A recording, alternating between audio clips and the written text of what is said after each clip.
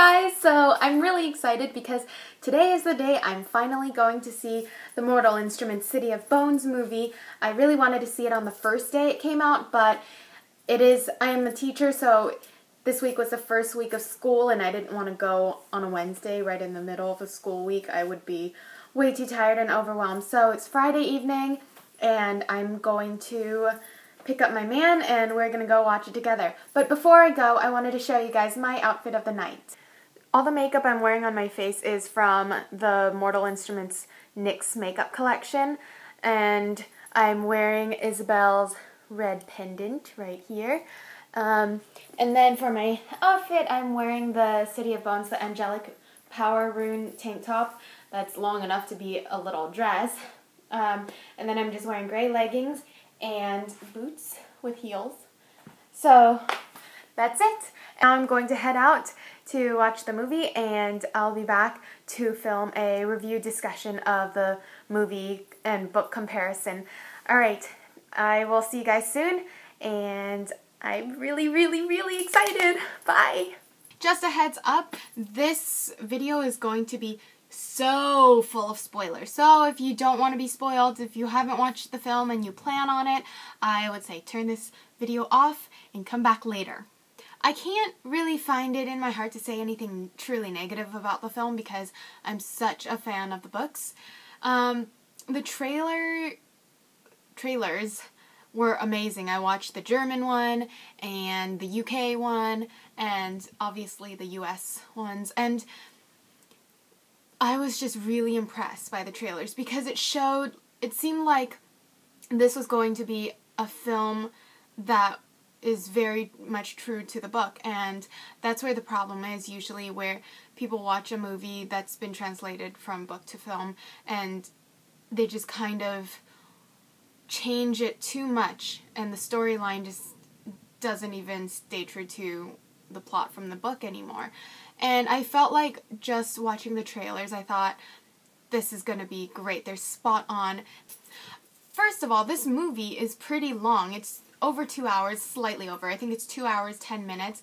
And that's kind of long compared to a lot of movies these days. They're usually like 90 minutes, like an hour and a half. So it was pretty long, but at the same time, it still felt rushed. City of Bones is kind of a long book, and they tried to include as much as they could.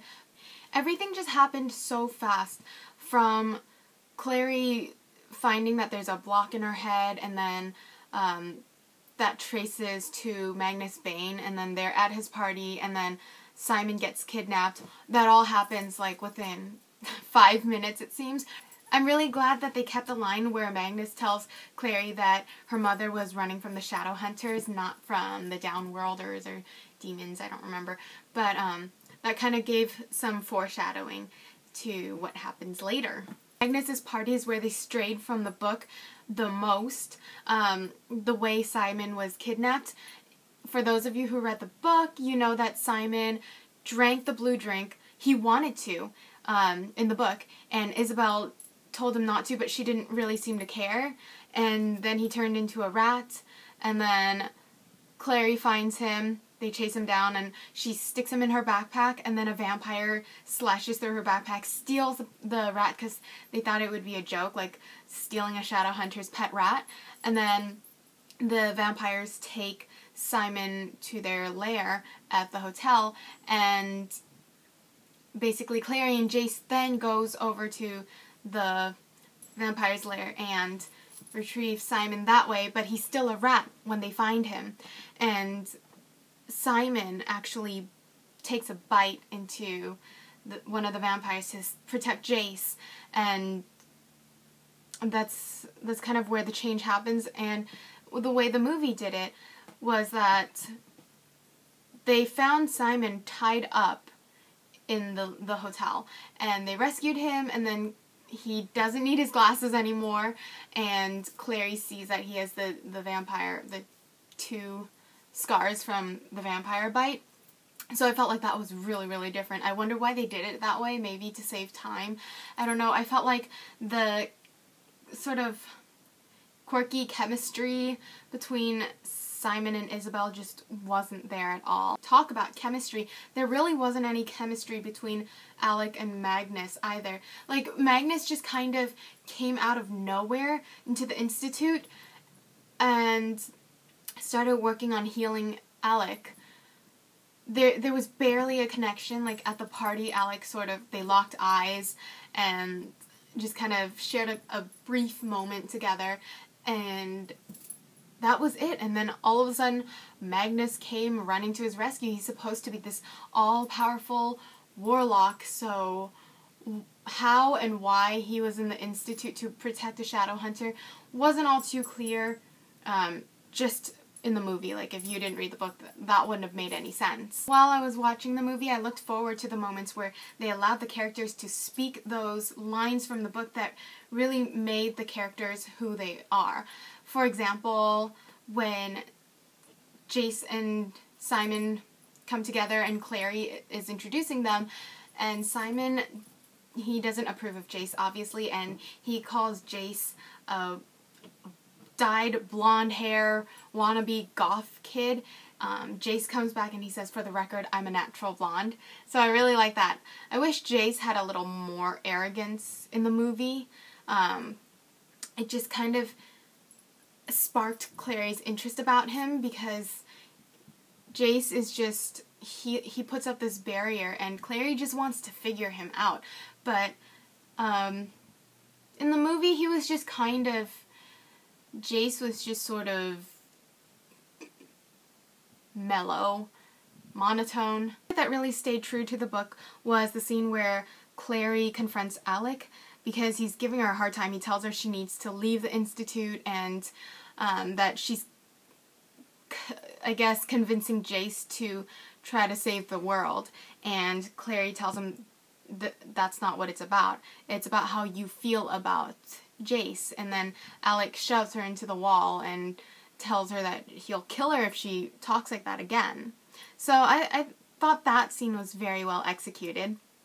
And then you have the brother-sister relationship between Jace and Clary. And in the movie, Hodge pretty much mentioned it already, that it's a lie. So before you even leave the theater, you know that this isn't true.